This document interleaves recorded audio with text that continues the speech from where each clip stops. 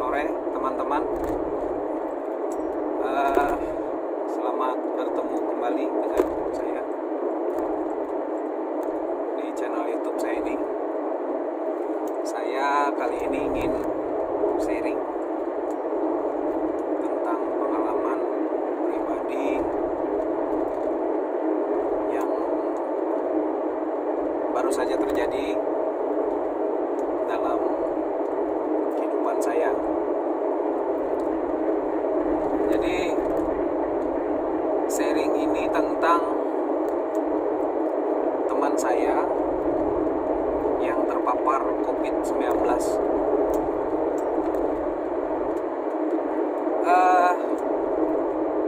2 hari yang lalu saya mendapat kabar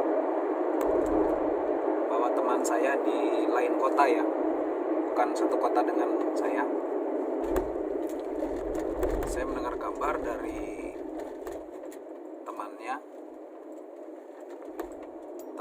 teman saya itu, bahwa si itu, saya nggak sebut nama ya,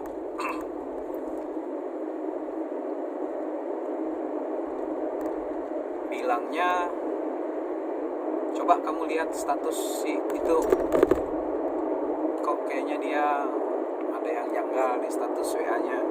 Terus saya lihat kan, iseng-iseng saya lihat. Yang pertama itu saya lihat statusnya itu kayak di dalam satu ruangan gitu. Kemudian ada kulkas, dia share tentang makanan-makanan yang ada di kulkasnya dia. Kemudian dia share tentang tangannya yang diinfus. Oh, saya pikir dia lagi sakit ini kan. Dan kalimat-kalimat yang ada di status WA-nya itu seakan-akan dia pesimis dengan kelangsungan hidupnya.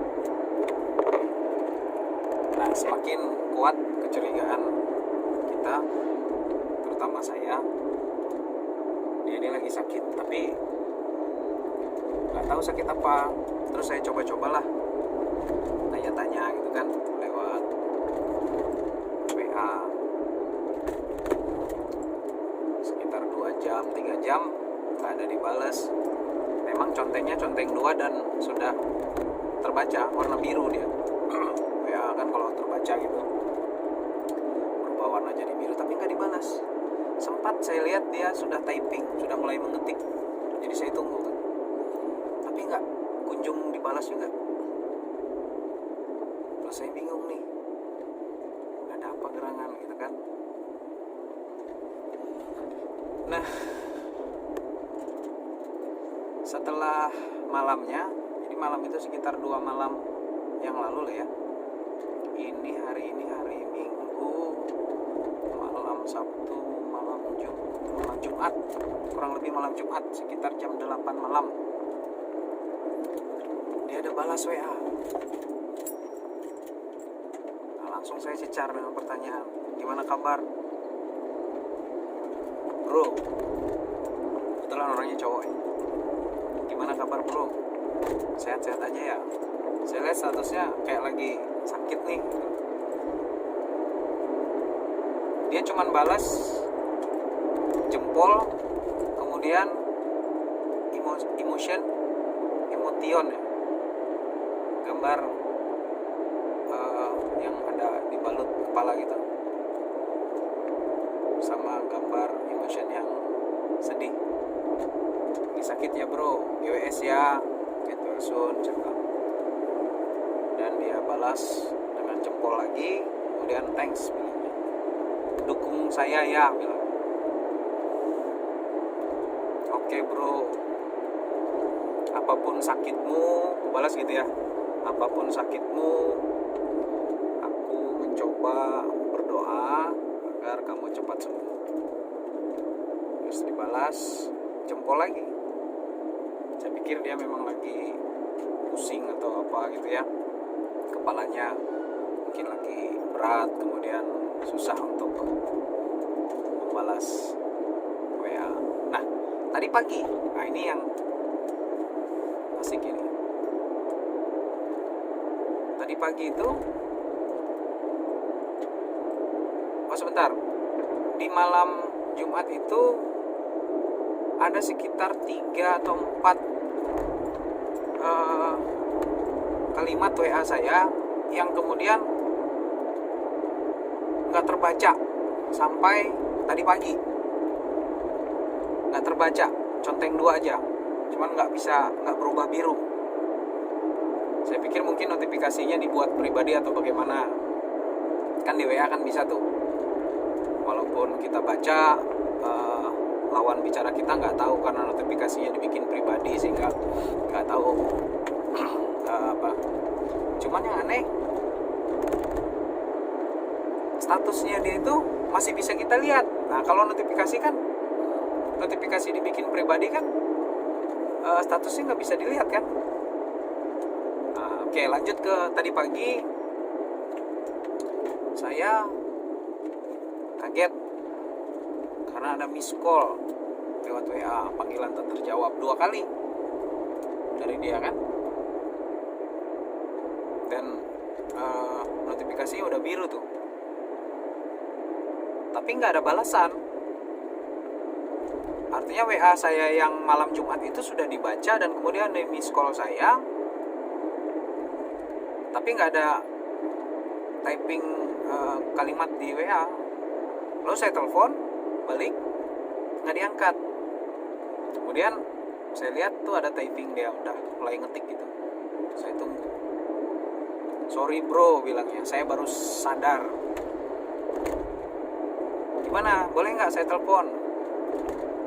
Boleh bro, telepon aja. Langsung aku telepon kan. Nah, pas aku telepon, suaranya lirih, hampir nggak terdengar, teman-teman. Jadi saya pelan-pelan nanya, gimana kabarnya bro, kok baru dibales sih WA? Sorry bro, saya baru siuman subuh tadi, bilangnya. Saya sempat koma. Loh, emang kamu sakit apa? Diam dia. Ini lagi di telepon WA ya. Diam dia. Sakit apa bro? Gini bro, bilangnya, saya kena COVID-19. Astaga. Serius? Lu serius bro? Dia bilang gitu kan. Serius bro, bilangnya. Oh ya? Ya kemarin sempat saya gak siuman selama, atau gak sadar selama 2 malam. Jadi malam Jumat itu, malam Sabtu sampai tadi subuh baru dia sadar. Dan dia bilang, semoga saya bisa melewati ini bro dengan kuat, karena masa-masa kritis saya sudah lewat sepertinya, bilangnya gitu. Harusnya bilangnya kalau sudah gak sadar itu ya langsung gak sadar selamanya, bilangnya. Cuman dia udah bisa sadar. Sekarang gimana rasanya bro? Kondisinya gimana? Ya lumayan, aku sudah bisa sadar semuanya, terus badanku juga masih panas, tapi ini sudah merasa semua. Kalau kemarin sempat gak merasa apa-apa semua, tangan dingin rasanya kan, bilangnya gitu. Kemudian aku tanya, emang kok tahu COVID, gimana ceritanya? Jadi gini, bilangnya, saat pertama itu sekitar 1 minggu yang lalu, ini dia cerita gini, aku itu bilangnya gak ngerasa atau gak bisa mencium. Karena aku bilang kan, aku tanya kan, gejalanya gimana sih bro? Awal-awalnya gimana sih? Aku bilang gitu kan. Terus dia bilang awal-awalnya tuh aku tuh gak ngerasa ada apa-apa, sehat-sehat aja, fine-fine aja, bilangnya. Terus kemudian indera penciumanku ini, bilangnya, waktu itu dia makan ini sop kikil yang dari tulangan sapi itu, tapi dia nggak nyium bau sopnya, nggak nyium bau kuahnya, nggak bisa nyium bau apapun masakan itu, dia nggak ngerasa, nggak tercium bau enaknya itu. Nah, dia belum ngeh. Sorry, saya sambil nyetir soalnya.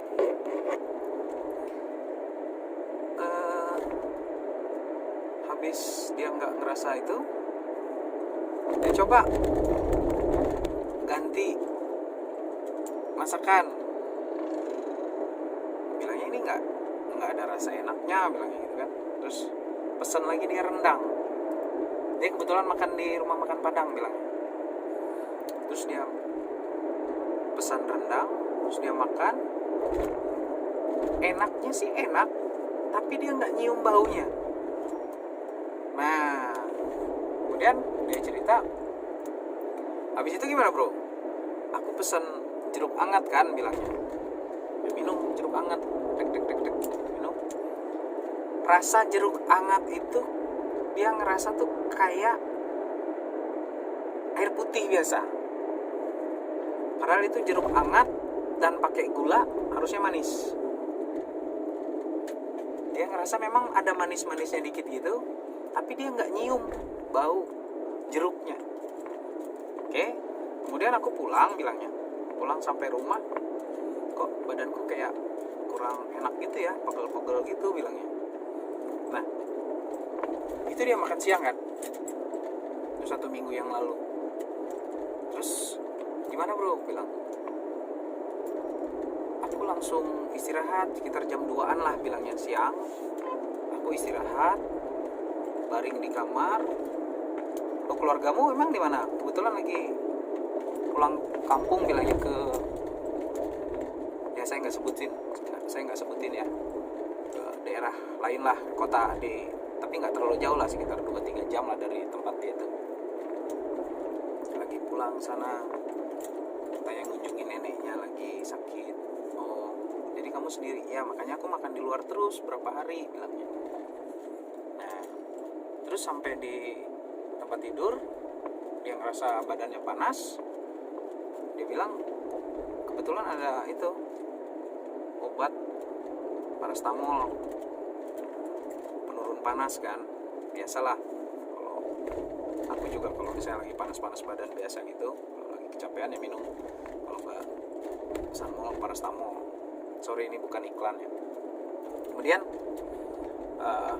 turun emang jam 5 bilangnya badanku udah keringetan. Aku sempat tidur bilangnya gitu, sempat tidur. Kemudian badanku pas bangun itu ngerasa keringetan, cuman rada enak, rada baikan, sudah ngerasa badan agak segeran dikit.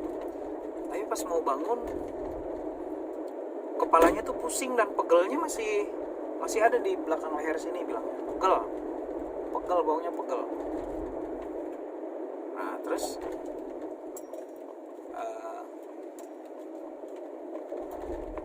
biasa dia terus istirahat, mandi, tidur, nggak makan dia malam itu.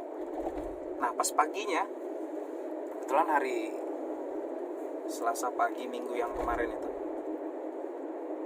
Selasa pagi itu dia ini ngerasa badannya itu semakin panas, bahkan sampai 38,6 bilangnya. Nah, waktu dia ke kantor kan ada tuh ditembak sini tuh temperatur. Bilang temennya, bapak nggak boleh masuk ke kantor dulu nih, istirahat, pulang aja, bapak lagi demam, pulang aja. Nah, curiga kan. Terus sampai di rumah dia batuk-batuk. Aku batuk bro bilangnya, pokoknya rasa kayak radang tenggorokan gitu, cuman nggak flu, dan batuknya itu kering. Batuk aku itu bro bilangnya kering, sakit betul di sini, pengen minum terus. Jadi aku minum terus air hangat, tapi nggak ngaruh sama sekali, nggak bisa mendingan. Nah, terus dia beli obat titik-titik grip, obat batuk titik-titik grip. Dia minum itu kan, ngantuk, dia tidur itu hari Selasa tuh. Jam 11 siang dia bangun lapar, terus mau makan. Nah di situ dia limbung badannya, goyang.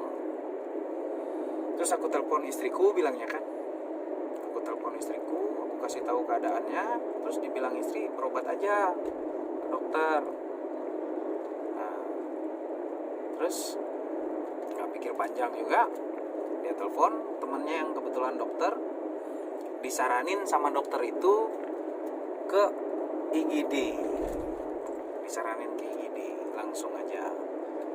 Nah, jadi dia ngambil kunci mobil, dia berangkat. Itu hari Selasa, dia berangkat ke IGD, periksa. Sampai di sana yang dilihatnya itu orang semua di IGD itu pakai APD. Nah, setelah dia masuk, dia ceritain kondisinya, semua langsung gelabakan di IGD. Kemudian dia langsung di rapid test. Dan yang paling kaget, ternyata hasil rapid test reaktif. Wah, ini merinding. Dia reaktif. Nah, kemudian langsung diusulkan oleh dokter spesialis di situ untuk di swab.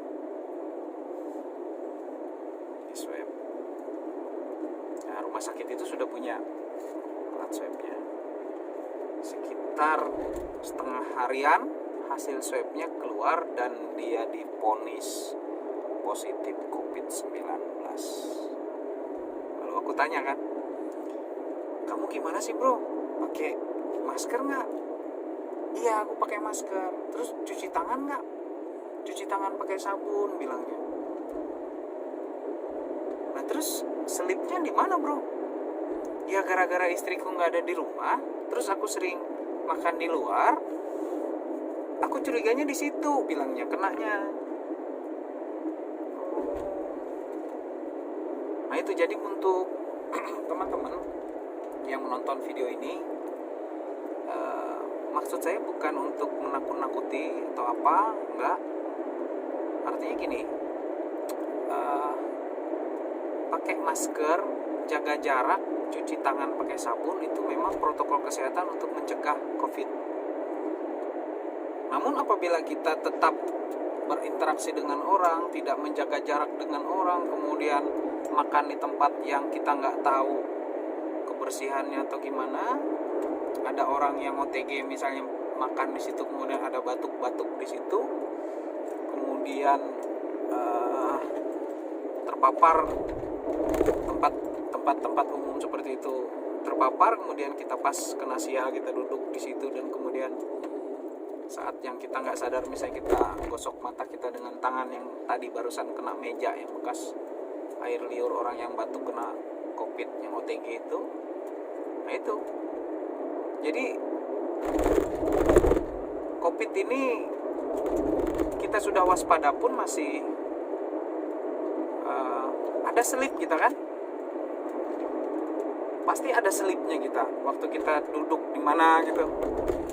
Jadi saran saya atau secara pribadi saya ngajakin teman-teman yang nonton video ini supaya jangan sampai lengah sedetik pun, karena percuma kita selama 23 jam misalnya, kita satu hari satu malam itu 24 jam, selama 23 jam kita betul-betul disiplin dengan protokol kesehatan, pakai masker, terus cuci tangan, jaga jarak, kebersihan, makan makanan yang sehat, segala macam. Tapi pas di saat 1 jam kita selip, atau 1 menit kita selip, kita cuek atau menggampangkan orang. Misalnya ini kebetulan saya kenal orang ini misalnya, terus salaman atau ngobrol dengan jarak 1 meter, kurang dari 1 meter, karena nggak enak pakai masker gini, terus dibukain gitu, ya selip di situ. Jadi percuma disiplin kita yang 23 jam itu kayak ibarat panas tahun kalah dengan hujan 1 hari jadinya. Jadi saran saya untuk teman-teman, untuk diri saya sendiri juga, mari kita betul-betul disiplin dan menjalani protokol kesehatan ini dengan baik, dengan disiplin betul-betul. Karena COVID ini dia nggak mengenal mau pangkat jabatan kita apa, misalnya kita ini menteri atau apa, dia nggak kenal itu. Mau pangkat kita ini mau apa aja, dia nggak peduli. Mau jenderal sekalipun, dia nggak peduli. Nah ini untungnya teman saya ini memang saya kenal orangnya pembersih ya. Jadi pola hidupnya itu memang bersih, dan dia tuh suka makan buah. Ini juga saya share untuk teman-teman nih. Dia suka makan buah-buahan, jambu, yang buah-buah lokal, yang banyak ada. Jambu, nenas, kemudian kayak buah naga. Dia satu hari biasanya makan buah itu bisa sampai 3-4 kali dalam satu hari. Nah, dia bilang, aku gak bisa bayangin nih bro, kalau misalnya aku nih gak suka olahraga, terus gak suka makan buah, mungkin saja yang pas dia koma selama 2 hari kemarin itu langsung hilang. Nah, karena memang fisik tubuhnya, imunitasnya bagus, kesehatan internalnya bagus, dia bisa melewati masa-masa kritis ini yang 2 malam itu. Bayangkan kalau misalnya orang yang kena itu sudah berumur 55 atau 60 tahun, yang sudah fisiknya lemah, kemudian jarang olahraga, apalagi kalau protokol kesehatan, pola hidup sehat dan pola hidup bersih nggak begitu dijalankan, ya risiko terhadap paparan COVID itu betul-betul membahayakan. Dan satu hal juga, pesan teman saya, kalau misalnya kita punya gejala seperti itu, pertama gejalanya kita nggak bisa cium bau, badannya panas, batuk kering, kita nggak perlu ragu dan nggak perlu malu, harus jujur sama orang kesehatan. Laporkan diri kita ke orang supaya kita bisa diselamatkan, bukan malah kabur atau kita sembunyi-sembunyi, malah jiwa kita nggak terselamatkan. Iya kalau kita sendiri. Nah, kalau kemudian kita sakit, ada yang ngurusin kita misalnya di rumah, terus ngasih bubur buat kita, terus mandiin kita, ngelap kita, ya semua jadinya terpapar, jangkit. Jadi positifnya yang kita ambil dari cerita saya ini, yaitu tadi, kita tetap harus menjaga kesehatan, protokol kesehatan harus betul-betul dijalankan, pakai masker utamanya, karena menurut yang saya googling di beberapa website di internet, kalau kita menggunakan masker saat kita berinteraksi dengan orang, sekitar 90%, kalau memang maskernya standar ya, 90% sudah kita nggak akan tertular dari mulai ini. Jadi sisa-sisanya itu cuci tangan supaya kita 100% nggak tertular. Sampai di rumah mandi, keramas, pakaian kita langsung dicuci, seperti itu.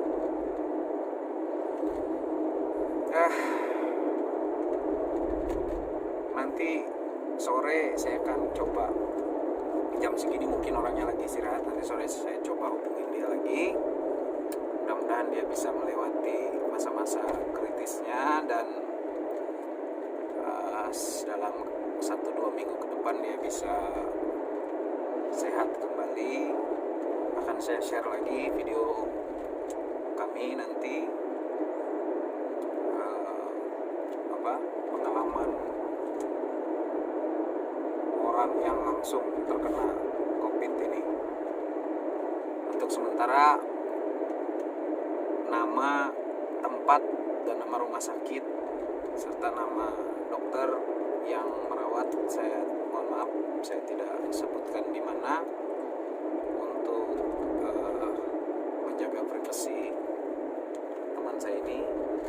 jelas ini cerita niatnya untuk positif untuk teman-teman semua yang menonton video ini, agar kita betul-betul menghargai nilai kesehatan dan mewaspadai COVID-19 ini, karena dia nggak mengenal batas usia, pangkat jabatan, dan apapun. Kalau dia sudah menyerang, siapapun akan dia serang.